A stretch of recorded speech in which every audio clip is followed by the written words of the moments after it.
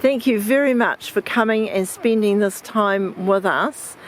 And thank you for all your academic effort into the river that is behind us, the awa that is behind us.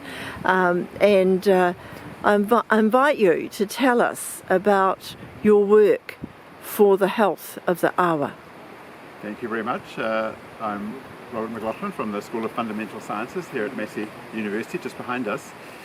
So you may remember a few years ago there was a fuss in public about national water quality standards, and in particular whether the standard should be what they call swimmable rivers or wadable rivers. And there was a big fuss that became very confusing as to what the true standard should be or what it meant in any way, either way. So at the moment in Manawatu, or in the Horizons region, 28% of the rivers are dirty according to that standard, and in fact the one just here, Manawatu River, is getting grade E at the moment. It's like the bottom category, so that's not too good. Like the E. coli counts in there, they can be in the hundreds or thousands. Well, they had one reading of 24,000, which is numbers of E. coli in 100 ml in one glass of water, so you don't really want to be swimming in there. Although people do swim in the Manawatu River when the weather's nice, but they are taking a chance. They're taking a chance that they might get sick. So where does the E. coli come from? Yeah, well, maybe we'll talk more about that. But my understanding is it's largely sourced from agricultural pollution, and most of the time the count's actually low. But then occasionally you'll get a bit of effluent washing into the river, and you'll have a sudden big spike in the E. coli count. So it's not always bad, but it's intermittently can be very bad. And then their goal is, I think, to have only 10% of the rivers be bad by 2040.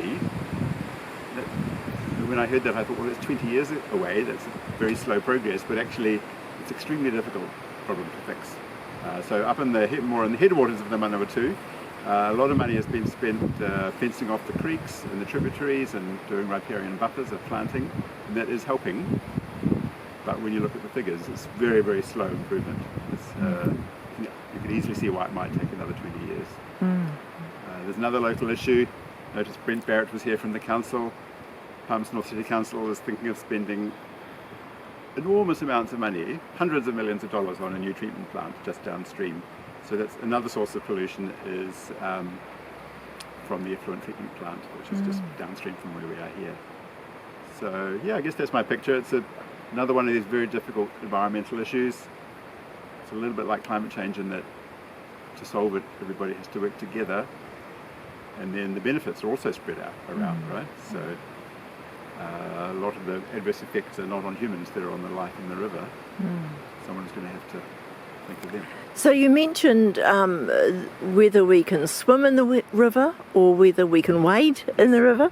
What about the animal life in the river? Yeah, exactly. So we have this, just downstream from here, they built this eel viewing platform just a few months ago, which I haven't actually seen any eels there yet, but that's exactly the idea, that as the health of the river improves, people should be able to see life returning to the river. That's the idea anyway. Right.